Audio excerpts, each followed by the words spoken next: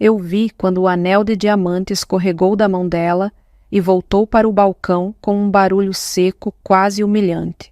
Vi também quando o meu marido, o homem que sempre se gabou de ser o grande provedor da nossa casa, encolheu diante daquela mulher sem saber o que fazer com as próprias mãos. E o mais irônico: 2 minutos antes daquela cena, enquanto eu me olhava no espelho do banheiro do shopping, respirei fundo e bloqueei cada cartão dele, sem hesitar, sem sentir culpa. Bloqueei como quem fecha a porta de um quarto que nunca mais pretende entrar. Quando voltei para o corredor principal, dei de cara com ele. Ou melhor, dei de cara com eles. Ele estava de mãos dadas com a ex, aquela que ele sempre garantia ser apenas uma lembrança distante da juventude. Estavam parados diante da vitrine de uma joalheria e ela sorria como se já soubesse que merecia algo caro. Ele abriu a porta para ela, todo cavalheiro daquele jeito exagerado que ele nunca usou comigo nos últimos 15 anos. Entrei atrás deles, devagar, sem pressa. Se alguém me visse naquele momento, diria que eu estava apenas passeando, mas por dentro havia uma frieza que eu nunca tinha sentido antes. Ele escolheu o anel, um solitário de diamante grande o bastante para refletir a luz de toda a loja. Ela suspirou, afetada, tocando a ponta do dedo onde ele provavelmente imaginou colocá-lo. Pode passar no cartão, ele disse, com aquela confiança irritante de quem acha que o mundo inteiro existe para reforçar o ego dele. Foi aí que eu parei perto da vitrine lateral e fiquei observando, de longe, mas perto o suficiente para ver o rosto dele mudar. A máquina apitou. Transação recusada, senhor. A primeira reação dele foi um sorriso daqueles de gente que acredita ser intocável. É falha do banco. Tenta de novo. A atendente tentou. A máquina recusou de novo. A ex cruzou os braços claramente incomodada. Como assim recusado? Você disse que estava tudo certo. Eu juro que senti uma leve pontada de prazer naquele instante. Não ódio, não raiva, prazer. Mas um prazer diferente, elegante e silencioso, como se finalmente o universo tivesse decidido me devolver algo que eu perdi sem perceber o controle. Ele pigarreou, passou a mão no rosto, tentou esconder o suor que começou a brotar na testa. Deve ter algum problema técnico. Espera um pouco. Ele puxou o celular, começou a me ligar. Primeira chamada. Segunda chamada. Terceira chamada. Eu não atendi nenhuma. A ex ficou impaciente. Eu não vou aceitar isso. Se você não pode pagar, não deveria ter me trazido aqui. Ela pegou o anel e devolveu para a atendente. O som do diamante batendo no balcão ecoou como um tapa na cara dele, e para mim foi poesia. Meu marido tentou segurar a mão dela, tentou explicar, tentou parecer menos patético. Calma, eu resolvo. A culpa é dela. Ela mexeu nas contas. Deve ter sido isso. Ele me culpou na frente da ex. Natural. Era exatamente o que eu previa. Ela se afastou irritada, dizendo que não ia passar vergonha por causa de homem inseguro. Ele ficou ali parado, sem saber para onde olhar. E eu só observei. Não porque doeu, mas porque libertou. Saí da loja andando devagar, como quem acabou de assistir ao primeiro ato de um espetáculo que já sabia o final. A cada passo que eu dava, sentia uma clareza estranha, afiada, como se o ar estivesse mais limpo, mais leve, mais meu. Quando cheguei ao estacionamento, ele ainda ligava. Cada notificação que vibrava no meu bolso parecia pequena demais diante da cena grandiosa que eu tinha acabado de presenciar. No carro apertei o cinto, fechei os olhos por 5 segundos e pensei: eu não perdi nada hoje. Eu só descobri o que já estava perdido há muito tempo. Quando cheguei em casa, deixei as luzes apagadas. Abri o aplicativo do banco só para confirmar. Tudo bloqueado. Tudo exatamente como eu queria. E naquele silêncio, naquela sala escura, uma verdade se formou. Dentro de mim, eu não estava começando uma vingança. Eu estava assumindo minha vida de volta. A vergonha dele tinha apenas começado, e eu, pela primeira vez em muitos anos, não sentia nem um pouco de pena. Quando acordei na manhã seguinte, meu celular tinha 19 chamadas perdidas e 8 mensagens dele, todas com o mesmo tom que eu aprendi a decifrar ao longo dos anos, indignação mascarada de preocupação, o tipo de voz que não pergunta "você está bem", mas sim "por que você não fez o que eu queria?". Eu deixei o celular virado para baixo na mesa do café. O cheiro do pão quente que comprei na padaria da esquina se misturava com o barulho dos carros passando lá fora. Era um daqueles sons de rotina que por muito tempo eu associei à vida de casada até perceber que na verdade era só a vida acontecendo apesar da minha rotina com ele, não por causa dela. A primeira mensagem que li dizia: "A gente precisa conversar. Não é possível que você tenha feito aquilo." Aquilo. Engraçado como homens assim usam palavras vagas para evitar nomear suas próprias vergonhas. A segunda mensagem era mais ríspida. "Você não tinha o direito", me expôs. Eu ri. Em voz baixa, mas ri. Ele foi exposto por ele mesmo, não por mim. Eu só apaguei a luz. Foi ele quem tropeçou no escuro. A terceira mensagem me atende. Isso é sério. Eu fechei o aplicativo e dei mais um gole no café. Fiquei olhando minha cozinha por um instante, a mesa de madeira, a jarra de flores, a toalha, que eu mesmo escolhi, e percebi como tudo ali era meu. Minhas escolhas, minhas cores, meu esforço. Ele sempre veio de um lugar onde tudo era sobre ele. E por ter sido criada para ser prática forte e responsável, eu deixei que isso se espalhasse pela minha vida como água infiltrando pelas paredes. Mas naquela manhã, não. Naquela manhã, pela primeira vez em muito tempo, eu tinha o controle das portas, das contas das emoções. Ele apareceu em casa perto do meio-dia. Ouvi o barulho da chave na porta e contei mentalmente até 3 antes de levantar da mesa.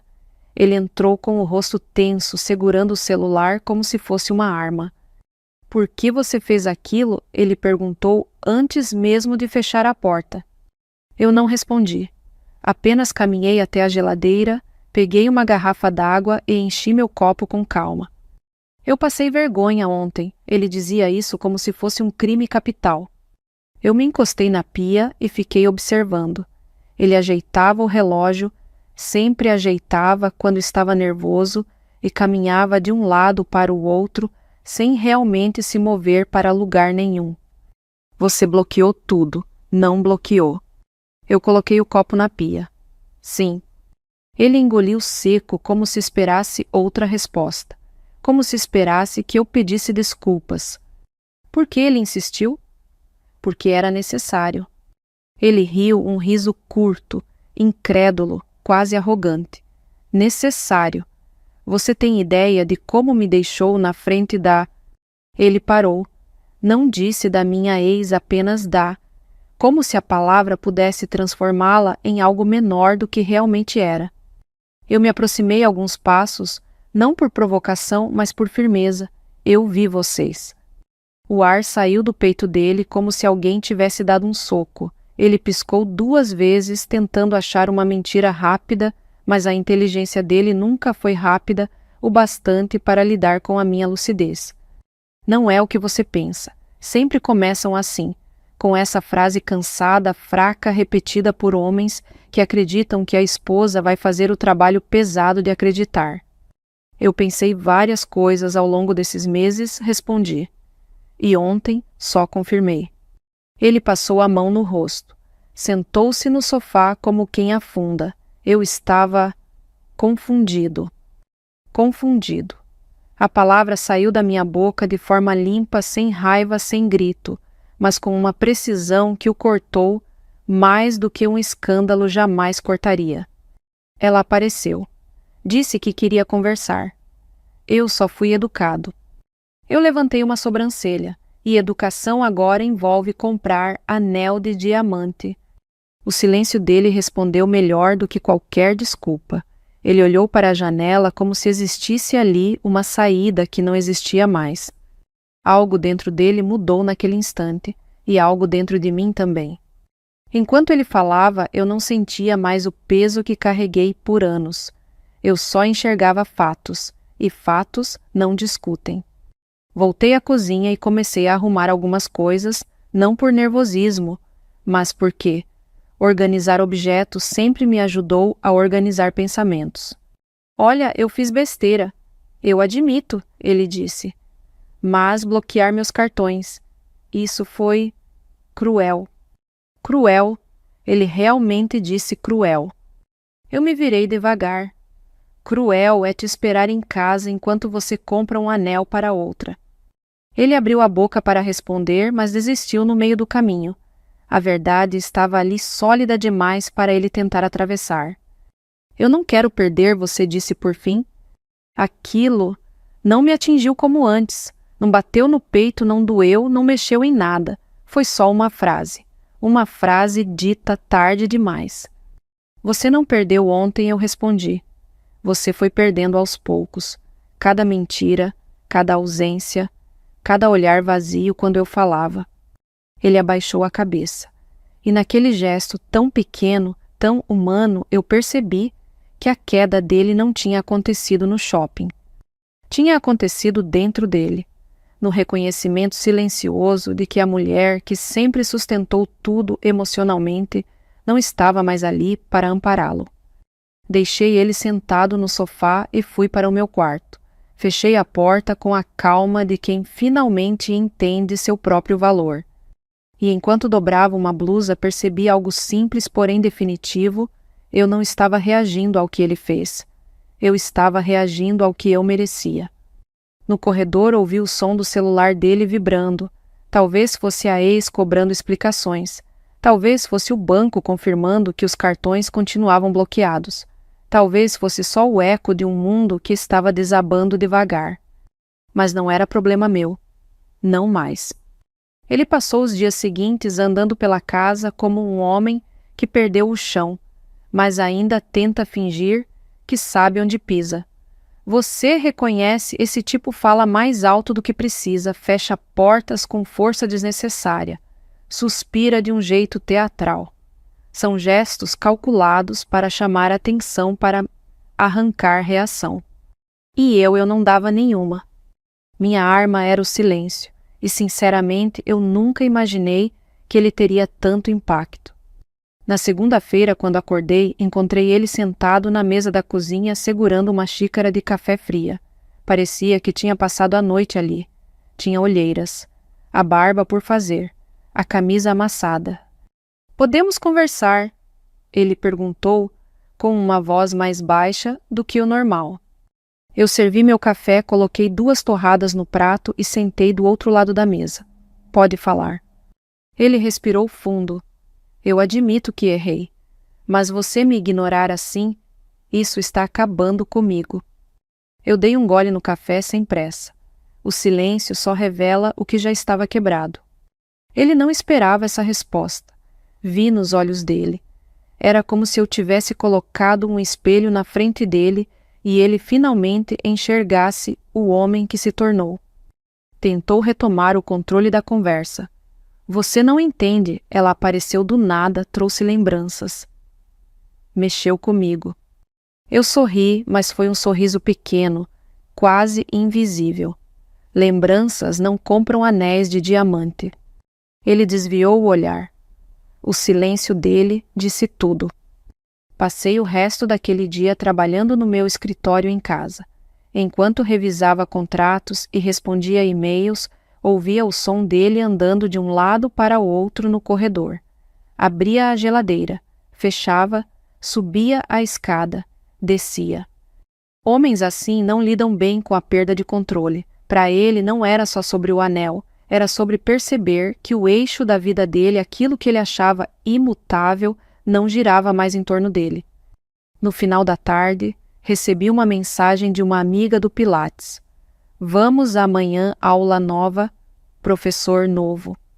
Respondi imediatamente. Vou sim. E percebi, só depois de enviar, que eu não tinha colocado explicações, desculpas, justificativas. Eu simplesmente disse sim. Um sim para mim. Um sim que por muito tempo eu deixei de dar. No dia seguinte, enquanto colocava minha roupa de treino, ele apareceu na porta do quarto. Ficou parado ali, sem entrar, como se estivesse pedindo permissão para existir. Você vai sair? Ele perguntou. Vou. Com quem? Comigo mesma. Vi o espasmo no rosto dele, aquele microgesto que só quem viveu com alguém muito tempo consegue perceber. Era medo.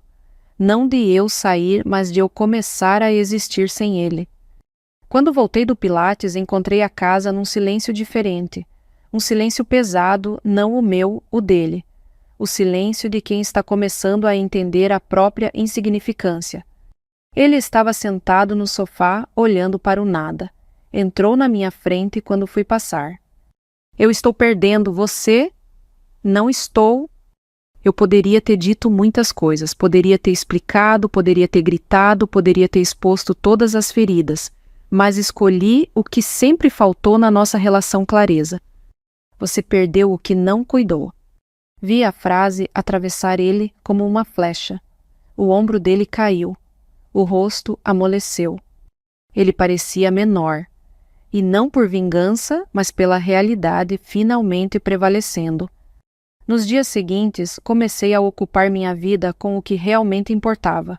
Café com uma amiga que eu não via há meses, uma caminhada no parque, um jantar simples sozinha com uma taça de vinho que eu sempre guardava para uma ocasião especial. E percebi que a ocasião especial era existir sem medo. Enquanto isso, ele tentava desesperadamente reconstruir uma versão de si que nunca sustentou. Mandava mensagens longas, pedia para conversar. Tentava fazer piadas como antes. Eu respondia apenas o essencial, sem grosseria, sem afeto, com um respeito distante e limpo que ele não sabia interpretar. Um dia ele entrou no meu escritório com um envelope. Eu marquei terapia. De casal, se você quiser ir. Eu peguei o envelope, olhei rapidamente e devolvi. Terapia é ótima, mas você precisa começar sozinho. Ele abaixou a cabeça. Mais uma vez.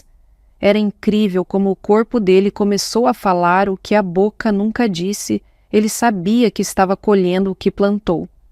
Naquela noite ouvi ele discutindo ao telefone. O nome da ex escapou no meio da conversa. Ela estava cobrando algo, talvez explicações, talvez promessas que ele não poderia cumprir. O tom dele era tenso, quase suplicante. Eu caminhei até a cozinha, peguei um copo d'água e deixei a porta do quarto fechada atrás de mim. Nada do que ele dizia me provocava raiva. O que eu sentia era muito mais forte indiferença. E a indiferença é a sentença final de qualquer relação. 3 dias depois, recebi uma mensagem curta dele. A gente precisa se resolver. Não aguento mais esse vazio. O vazio não era meu. Era dele. E pela primeira vez ele estava tendo que conviver consigo mesmo, sem minhas explicações, sem meus remendos, sem minha energia, segurando o casamento sozinha. Quando caminhei pelo corredor naquele final de tarde, vi que ele estava sentado na beirada da cama, as mãos entrelaçadas, os cotovelos apoiados nos joelhos. Ele levantou o rosto devagar, os olhos cansados, a voz baixa. Eu não sei viver assim. Eu fiquei de pé, mantendo distância. Então aprenda, porque eu não vou viver por você. Ele soltou o ar derrotado, e naquele momento eu soube a queda dele não era mais responsabilidade minha. Era apenas o resultado natural de tudo que ele escolheu. Eu saí do quarto, fechei a porta com delicadeza e senti um tipo de paz que eu nunca havia experimentado. O silêncio, o mesmo que ele tentou usar por anos para me controlar, agora era meu, e estava desmontando o ego dele peça por peça. Ele começou a desmoronar em silêncio, primeiro por dentro, depois para o mundo. É sempre assim. A queda nunca começa quando o outro nos descobre, começa quando a pessoa finalmente se vê sem a armadura das próprias mentiras. Naquela semana, a casa ficou diferente. O ar parecia mais leve, mas ele Ele parecia mais pesado. Cada passo dele pelo corredor tinha um som de arrependimento, como se cada movimento denunciasse a falta de firmeza. Ele sempre foi o tipo de homem que caminha como se tivesse respostas. Agora caminhava como quem procura migalhas do que perdeu. Numa noite de quinta-feira, ele bateu na porta do meu quarto. 3 toques curtos. Depois, silêncio. Eu estava dobrando roupas, algo simples, mas que trazia para mim uma sensação estranha de pertencimento. Durante anos eu dobrei roupas pensando em nós. Agora, pela primeira vez, parecia que eu estava cuidando apenas de mim. Posso entrar? Ele perguntou. Eu continuei dobrando mais uma peça, não por indiferença, mas porque minha vida não precisava mais parar para acomodar a presença dele. Pode. Ele entrou devagar, como se o próprio ar estivesse cheio de espinhos. Sentou-se na ponta da cama, mas deixou distância suficiente para não invadir meu espaço. Algo que nunca tinha feito antes é respeitar meu espaço. Mas claro, era fácil ser respeitoso quando se está em ruínas. Eu falei com ela, ele disse. Não precisei perguntar quem era ela. A ex, a bonita, a do anel devolvido. Ela ficou chateada, ele continuou. Disse que eu a enganei? Disse que eu prometi coisas. Eu respirei fundo. E você prometeu? Ele esfregou as mãos inquieto. Não dessa forma. Mas talvez tenha deixado ela entender. Eu queria rir. Não por deboche, mas porque homens como ele sempre usam verbos na forma passiva quando se trata de culpa. Deixei ela entender. Como se tivesse sido ela quem interpretou errado, não ele que sugeriu, insinuou, alimentou. Ela me chamou de covarde, ele disse, olhando para o chão. Eu fiquei em silêncio. Não era meu papel defendê-lo, nem era mais meu papel questioná-lo. E ela teve razão, perguntei. Ele demorou muito para responder. E é isso que condena um homem, a demora entre a pergunta e a honestidade. Sim, ele disse por fim. Ela teve. O silêncio que se instalou não era pesado, era só verdadeiro. Era como se uma brisa fria tivesse entrado pela janela e limpado o ar. E comigo perguntei.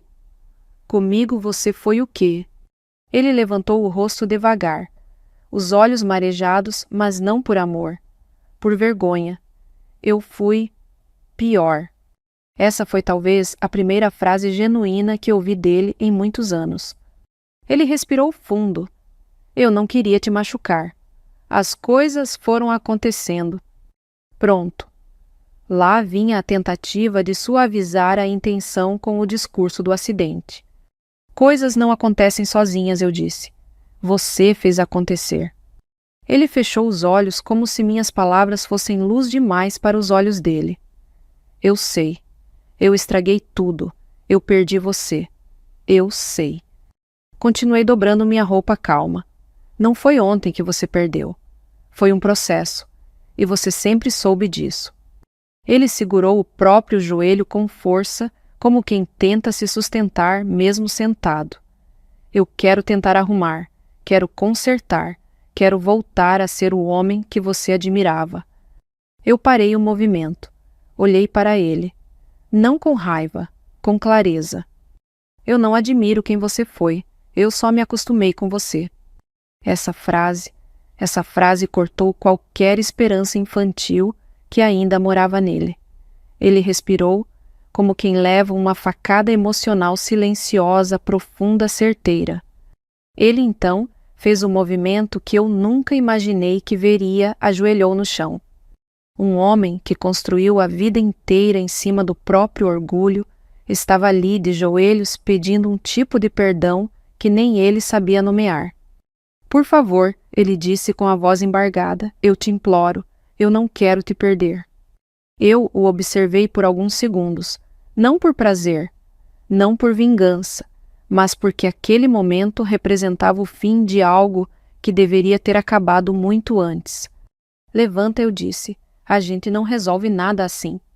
Ele levantou devagar, os olhos vermelhos, a respiração irregular, o orgulho quebrado.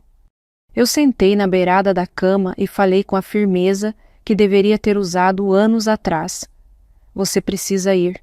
Não é um castigo, é uma consequência. Ele arregalou os olhos. Você está me expulsando. Não! Você está saindo porque finalmente entende que minha casa não é lugar para esse tipo de relação. Ele passou as mãos no cabelo desesperado. Eu não tenho para onde ir. Arrume. Ele abriu a boca para insistir, mas eu ergui a mão. Chega. Aquela palavra chega caiu entre nós como uma porta sendo fechada lentamente. Ele saiu do quarto com passos desordenados. No corredor ouvi o som da mala sendo puxada, o zíper abrindo, portas batendo, o choro contido. Nada disso me abalou. Não porque eu fosse fria demais, mas porque eu tinha entendido algo essencial. Não se trata de vingança. É sobre respeito próprio. Quando a porta da casa finalmente fechou atrás dele, o silêncio que ficou não era vazio, era paz. Uma paz limpa, madura, conquistada.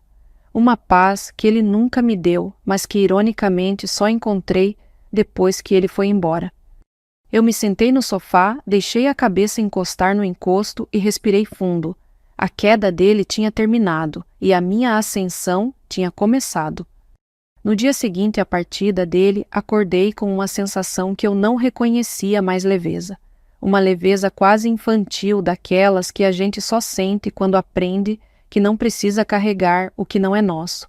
Levantei da cama sem olhar para o celular, sem aquele peso automático de checar mensagens justificativas, cobranças.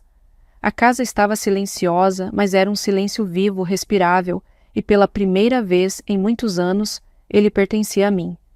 Fui até a cozinha, abri as janelas e deixei o ar fresco entrar. O sol batia de um jeito diferente. Ou talvez fosse eu que finalmente estava olhando.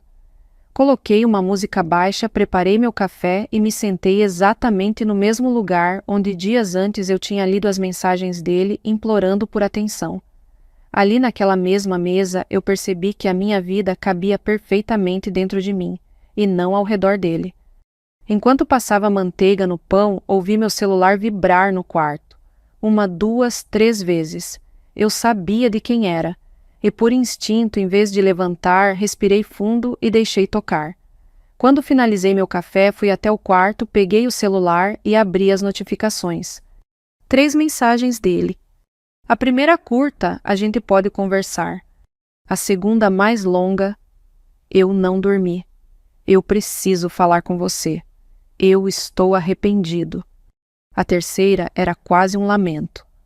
Eu cometi o maior erro da minha vida. Eu li tudo com calma, sem pressa, como quem lê a previsão do tempo para um lugar que não pretende visitar. E então, pela primeira vez, desde que tudo começou, percebi que nenhuma daquelas frases tinha impacto real sobre mim. O amor tinha acabado antes da traição. A traição só deu nome ao fim. Ele tentou ligar. Eu deixei tocar. Depois mandou áudio. Eu não ouvi. Na sequência, escreveu um texto enorme falando de lembranças, de saudade, de família, de como as coisas poderiam ser diferentes. Mas eu havia demorado anos para entender que saudade não é desculpa, que lembrança não paga o presente, e que nada do que poderia ter sido compensa o que nunca foi. Naquela tarde, arrumei algumas coisas na casa. Tirei caixas antigas do armário, desfiz pilhas de papéis acumulados, reorganizei roupas. Não porque eu quisesse apagar algo, mas porque eu queria abrir espaço.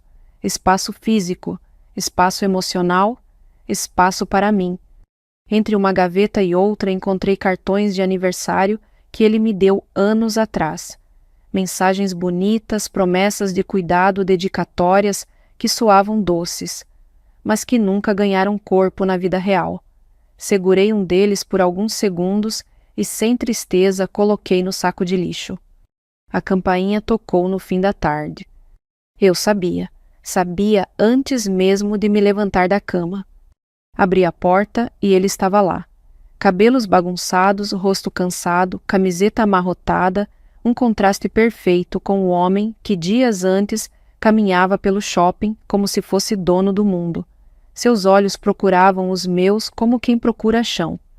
Eu preciso conversar com você, ele disse, quase sussurrando. Eu não respondi. Ele engoliu seco. Por favor, só me escuta. Eu destruí tudo. Eu sei. Mas eu posso mudar. Pode, eu concordei. Mas não é comigo. A frase atingiu ele em cheio.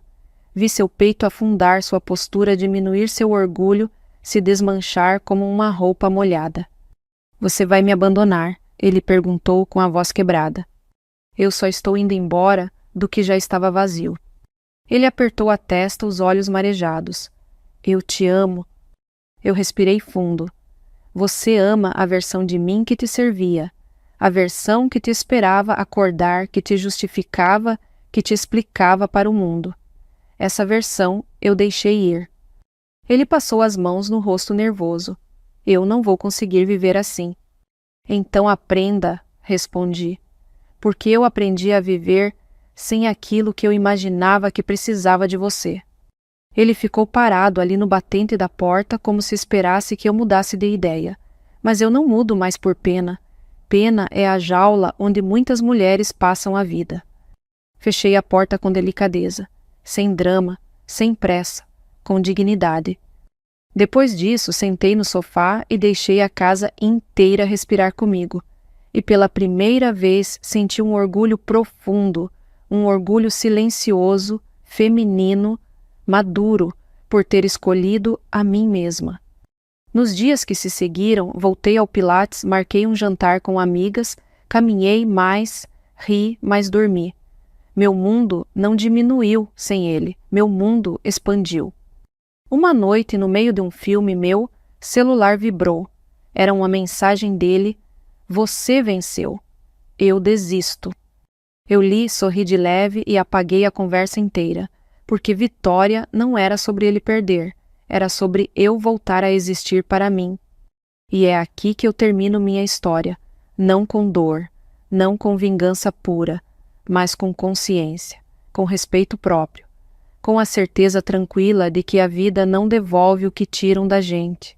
Ela devolve o que permitimos florescer quando finalmente paramos de regar o que já morreu. Hoje, se alguém me pergunta como estou, eu respondo a verdade mais simples: estou em paz. E essa paz limpa, adulta, conquistada, é algo que ele nunca vai ter, porque a paz exige coragem. E coragem ele nunca teve nem para admitir quem era, nem para amar de verdade.